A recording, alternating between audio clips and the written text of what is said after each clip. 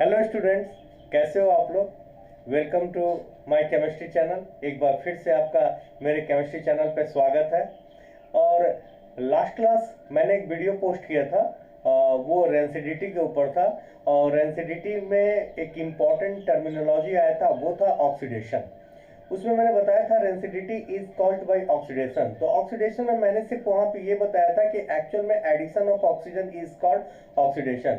लेकिन आज यहाँ पे हम लोग पूरे तरीके से यानी डिस्क्रिप्टिव तरीके से ये जानने का प्रयास करेंगे कि क्या सिर्फ एडिशन ऑफ ऑक्सीजन ही ऑक्सीडेशन है, या बिसाइड ऑफ दिस इसके कुछ और भी जो है इसके डेफिनेशन हो सकते हैं। तो चलिए वन बाय वन हम लोग इस टॉपिक में जो भी टर्म आने वाले हैं, जो भी डेफिनेशन आने वाले हैं, उसको हम लोग समझने का प्रयास करते हैं। तो चलिए शुरू करते हैं आज का वीडियो। तो ऑक्सीडेशन मैंने वहां पे बताया था कि ऑक्सीडेशन का मतलब यहाँ पे ऑक्सीडेशन मीन्स, यह फर्स्ट डेफिनेशन है, एडिशन ऑफ ऑक्सीजन। वहां पे कुछ एग्जांपल मैंने दिया था, लेकिन खैर यहाँ पे सिंपल एग्जांपल देते हैं। C+O2 CO2 या Mg प्लस O2 2MgO, और भी Al plus O2 Al2O3 twice लगाते हैं, यहाँ 4 होता है, यहाँ पे 6 ऑक्सीजन है, 3 हो गया। S plus O2 SO2 H2 plus O2 2H2O। आप देख रहे होंगे यहाँ पे ऑक्सीजन कार्बन के साथ कंबाइन कर रहा है, यहाँ पे ऑक्सीजन मैग्नीशियम के साथ, यहाँ एल्युमिनियम के साथ ऑक्सीजन, यहाँ सल्फर के साथ कंबाइन कर रहा है, यहाँ पे हाइड्रोजन के साथ कंबाइन कर रहा है। तो उस केस में जैसे यहाँ पे जब कार्बन के साथ ये कंबाइन कर रहा है, तो हम यहाँ पे बोल सकते हैं कि यहाँ पे कार्बन जो है ऑक्सीजन के साथ ऐड हो रहा है, या ऑक्सीजन कार्बन के साथ ऐड हो रहा है। तो इस तरह करके जो है यहाँ पे कार्बन का ऑक्सीडेशन हो रहा है। या सेकेंड में बोल सकते हैं कि कार्बन यहाँ पे ऑक्सीडाइज हो रहा है। इस तरह यहाँ पे मैग्नीशियम का ऑक्सीडेशन हो रहा है, क्योंकि यहाँ पे मैग्नीशियम के साथ ये ऑक्सीजन ऐड हो रहा है। तो या यू बोल सकते हो मैग्नीशियम यहाँ पे ऑक्सीडाइज हो रहा है, यहाँ एल्युमिनियम का ऑक्सीडेशन हो रहा है, यहाँ सल्फर का ऑक्सीडेशन हो रहा है, और यहाँ पे इन द सेम मैनर यहाँ पे हाइड्रोजन का ऑक्सीडेशन हो रहा है, क्योंकि यहाँ पे ऑक्सीजन जो है इस हाइड्रोजन के साथ ऐड हो रहा है। तो इस तरह करके हम समझ सकते हैं कि यदि एडिशन ऑफ ऑक्सीजन होगा तो वो ऑक्सीडेशन प्रोसेस होगा। तो खैर आप इसका स्क्रीनशॉट ले लो, इसके बाद इसके सेकंड डेफिनेशन की ओर हम लोग चलते हैं।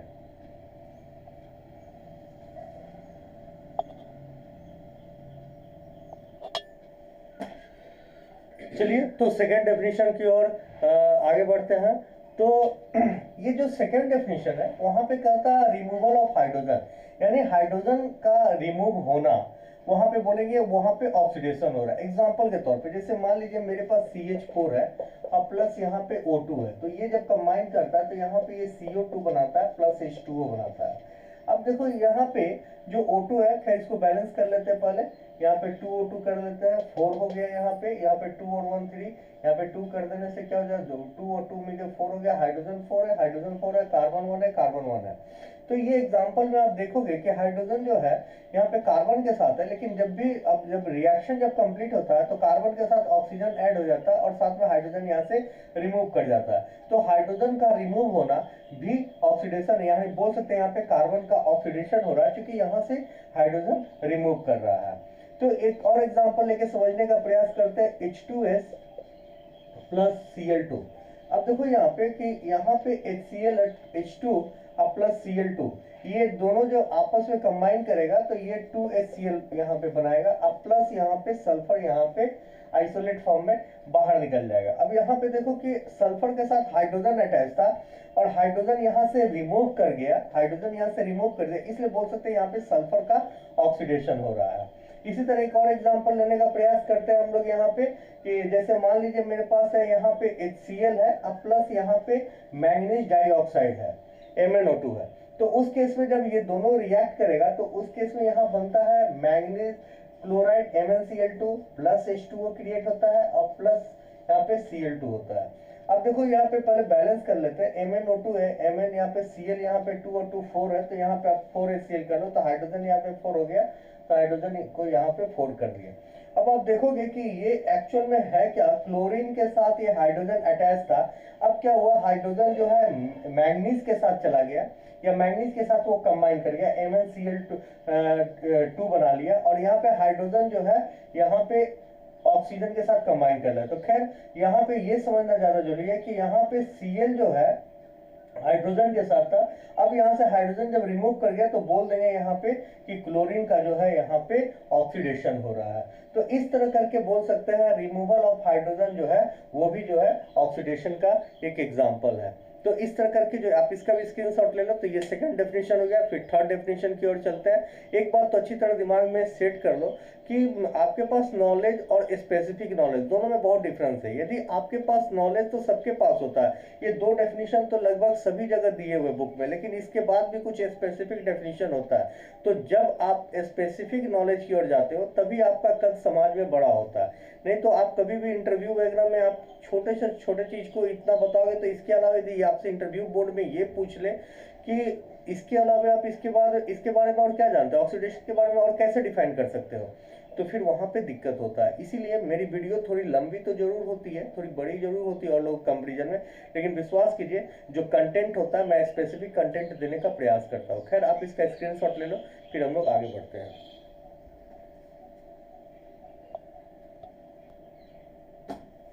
तो चलिए थर्ड पॉइंट पे हम लोग आगे बढ़ते हैं। एक इसका बहुत ही स्पेशल है वो loss of electron. Loss of electron actual में जो लॉस ऑफ इलेक्ट्रॉन, कोई एटम यदि अपने इलेक्ट्रॉन को लूज कर रहा है तो उस केस में भी हम बोलेंगे कि वहां पे उसका ऑक्सीडेशन हो रहा है। एग्जांपल के तौर पे जैसे मान लीजिए मेरे पास यहाँ पे एटम है, तो एटम जब अपने इलेक्ट्रॉन को जब लूज करता है, इलेक्ट्रॉन यहाँ पे जब लूज करेगा तो ये एक्चुअल में कैटायन में कन्वर्ट हो। कैटायन मतलब पॉजिटिव चार्ज, मेटल के ऊपर पॉजिटिव चार्ज। जैसे एग्जांपल के तौर पे ये एटम को मैं ए से रिप्रेजेंट कर रहा हूँ, तो कैटायन यहाँ पे जैसे ही ये n नंबर ऑफ इलेक्ट्रॉन को यदि लूज कर रहा है, n कोई नंबर हो सकता है, 1 2 3 4 समथिंग कुछ भी हो सकता है, तो ये मान लीजिए कि यहाँ पे n नंबर इलेक्ट्रॉन को ये लूज करेगा तो कैटायन जो होगा यानी A जो होगा यहाँ पे, इसके ऊपर n पॉजिटिव चार्ज क्रिएट होगा। एक चीज को हमेशा ध्यान में रखना चाहिए कि जितने इलेक्ट्रॉन को ये लूज करेगा उतना ही पॉजिटिव चार्ज इसके ऊपर आएगा।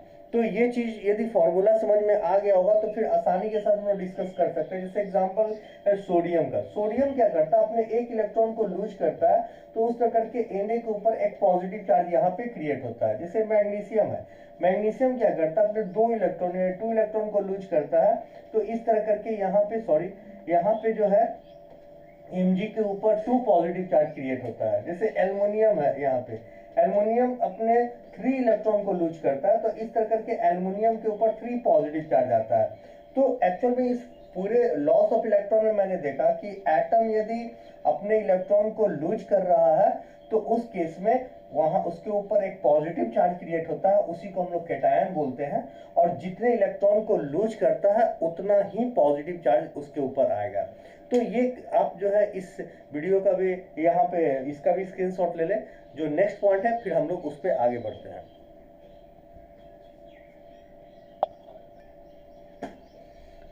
तो चलिए लास्ट पॉइंट पे डिस्कस करते हैं इंक्रीमेंट ऑफ चार्ज। मतलब क्या होता है, यहाँ पे चार्ज जो होता है वो इंक्रीज करता है।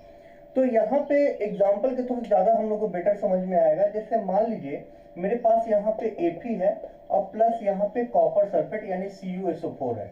तो जब ये कंबाइन करता है तो यहाँ पे ये FeSO4 बनता है और प्लस साथ में यहाँ पे Cu जो है यहाँ से रिमूव करता है या डिस्प्लेस होता है। अब आप यहाँ पे एक चीज नोटिस करो कि Fe जब आइसोलेट फॉर्म में है, जब भी कोई एलिमेंट जो है तो आइसोलेट फॉर्म मतलब वो जब किसी के साथ वो कंबाइन नहीं कर रहा होता है उसको हम लोग बोलते हैं आइसोलेट फॉर्म। तो जब कोई एलिमेंट जब आइसोलेट फॉर्म में होता है तो उसके ऊपर जो होता है 0 चार्ज होता है, क्योंकि वो किसी के साथ कंबाइन नहीं किया हुआ। अब यदि कॉपर यदि आइसोलेट फॉर्म में रहता तो इसके ऊपर भी जो है 0 चार्ज होता है, लेकिन अभी क्या है, कॉपर जो है SO4 के साथ कंबाइन है, तो इसलिए ये आइसोलेट फॉर्म में नहीं रह सकता, इसके ऊपर कोई 0 चार्ज क्रिएट नहीं होता है। तो क्या होता है, Cu के ऊपर एक्चुअल में 2 पॉजिटिव चार्ज होता है और SO4 के ऊपर 2 माइनस चार्ज होता है। तो यहाँ पे देखोगे ये 2 इलेक्ट्रॉन को लूज करता है, ये 2 इलेक्ट्रॉन को एक्सेप्ट करता है, इस तरह करके ये आपस में कंबाइन करता है। लेकिन अब 2 पॉजिटिव चार्ज और 2 नेगेटिव चार्ज जब कैंसिल होता है तो इसको हम लोग बोलते हैं CuSO4, क्योंकि दोनों में 2 पॉजिटिव है 2 नेगेटिव है, इसलिए यहाँ पे चार्ज मेंशन नहीं होता है। लेकिन आप देखोगे एक्चुअल में देखा जाए तो Cu के ऊपर 2 पॉजिटिव चार्ज है, यदि SO4 को हम आइसोलेट फॉर्म में मान ले कि चलो इसकी ये स्पेक्टेटर्स है, इसको हम लोग बोलते हैं स्पेक्टेटर्स। मतलब स्पेक्टेटर्स उसको बोलते हैं जो जिसके ऊपर कोई चार्ज में चेंजिंग नहीं आता है, जिसके ऊपर जिसके ऊपर चार्ज में चेंजिंग आता है उसको स्पेक्टेटर्स नहीं बोलते हैं। स्पेक्टेटर्स उसको बोलते हैं जिसके ऊपर चार्ज में चेंजिंग आता है। SO4 के ऊपर यहाँ पे भी 2- चार्ज है और यहाँ पे भी 2- चार्ज है, इसीलिए इसको स्पेक्टेटर्स का वर्ड का यूज हुआ। तो खैर इसको अब यदि हम आयोनिक फॉर्म में लिखे तो Fe, और यदि हम SO4 को यहाँ से कैंसिल कर ले, चूंकि ये कंबाइंड स्टेट में था इसीलिए Cu को सिर्फ लिख रहे हैं, तो Cu के ऊपर 2 पॉजिटिव चार्ज था। अभी क्या हो जाएगा, Fe, चूंकि SO4 को मैं यहाँ मेंशन नहीं कर रहा हूँ तो Fe के ऊपर 2 पॉजिटिव चार्ज है, अब प्लस यहाँ पे CuH, चूंकि Cu यहाँ पे आइसोलेट फॉर्म है इसीलिए इसके ऊपर 0 चार्ज है। तो आप देखोगे यहाँ पे कि Fe के ऊपर जो है, Fe के ऊपर 0 चार्ज है क्योंकि ये आइसोलेट फॉर्म है। अभी क्या होगा, Fe के ऊपर 2 पॉजिटिव चार्ज क्रिएट हो गया। इसका मतलब ये हुआ कि यहाँ पे चार्ज जो है चार्ज का इंक्रीमेंट हो रहा है, यानी चार्ज यहाँ पे इंक्रीज कर रहा है। तो मैंने डेफिनेशन में क्या बोला कि इंक्रीमेंट ऑफ चार्ज, यानी चार्ज जब इंक्रीमेंट करता है यानी इंक्रीज करता है तो उस केस में हम बोलेंगे कि उसका ऑक्सीडेशन हो रहा है। तो यहाँ पे Fe का ऑक्सीडेशन हो रहा है। यदि आपसे कोई पूछे क्यों हो रहा है, क्योंकि Fe का यहाँ 0 चार्ज है तो यहाँ +2 चार्ज है। आप यहाँ पे भी समझ सकते हो Fe, अब यहाँ पे ये आयनिक फॉर्म में हमको समझाने की जरूरत पड़ गई थी क्योंकि आप इसको बेटर वे में समझ पाओ, लेकिन अब समझो यहाँ पे कि Fe के ऊपर 0 चार्ज है, लेकिन ये चूंकि कंबाइंड स्टेट में इसीलिए इसके ऊपर जो है चार्ज यदि मेंशन करो तो यहाँ पे Cu2+ हो जाएगा। लेकिन Fe क्या हो रहा है, यहाँ पे जैसे ही FeSO4 में कंबाइन किया तो ये 2+ हो गया, ये 2 नेगेटिव हो गया और इसके ऊपर 0 चार्ज हो गया। तो खैर हमको Fe की बात कर रहे हैं तो Fe के ऊपर 0 चार्ज है, अभी Fe के ऊपर 2+ चार्ज है, इसीलिए हम बोलेंगे यहाँ पे चार्ज का इंक्रीमेंट हो रहा है। चार्ज का इंक्रीमेंट होने के कारण जो है यहाँ पे बोलेंगे ये भी ऑक्सीडेशन रिएक्शन है। एक एग्जांपल और आप ले सकते हो, जैसे Zn + CuSO4, तो ये हो जाएगा ZnSO4 + Cu। अब यहाँ पे देखो Zn के ऊपर जो है 0 चार्ज है क्योंकि वो आइसोलेट फॉर्म है, लेकिन Zn जैसे ही SO4 के साथ कंबाइन किया ये 2 पॉजिटिव चार्ज है। अब 2 पॉजिटिव चार्ज यानी यहाँ पे भी जो है Zn पर 0 चार्ज होगा, लेकिन Zn के ऊपर यहाँ पे होगा 2 पॉजिटिव चार्ज। इसका मतलब ये हुआ कि यहाँ पे चार्ज का इंक्रीमेंट हो रहा है, चार्ज यहाँ पे इंक्रीज कर रहा है। तो इस तरह करके हम बोल सकते हैं कि ये भी प्रोसेस जो होगा ये ऑक्सीडेशन होगा। तो खैर ऑक्सीडेशन में आज यहाँ तक ही रहने देते हैं। जो नेक्स्ट वीडियो हम लोग अपकमिंग जो वीडियो मेरा जो आएगा वो एक्चुअल में रिडक्शन के ऊपर आएगा। तो ऑक्सीडेशन, रिडक्शन, फिर उसके बाद हम लोग रेडॉक्स रिएक्शन पे जो है उसका वीडियो हम लॉन्च करेंगे। तो खैर आज यहाँ तक रहने देते हैं और उम्मीद करते हैं कि आज आपका वीडियो जो मेरा वीडियो है वो आपको पसंद आया होगा। और यदि अभी तक आपने मेरे चैनल को सब्सक्राइब नहीं किया तो काइंडली उसको सब्सक्राइब कर दें और बेल आइकन को प्रेस कर दें ताकि नए आने वाले वीडियो की नोटिफिकेशन आपको मिल सके। धन्यवाद।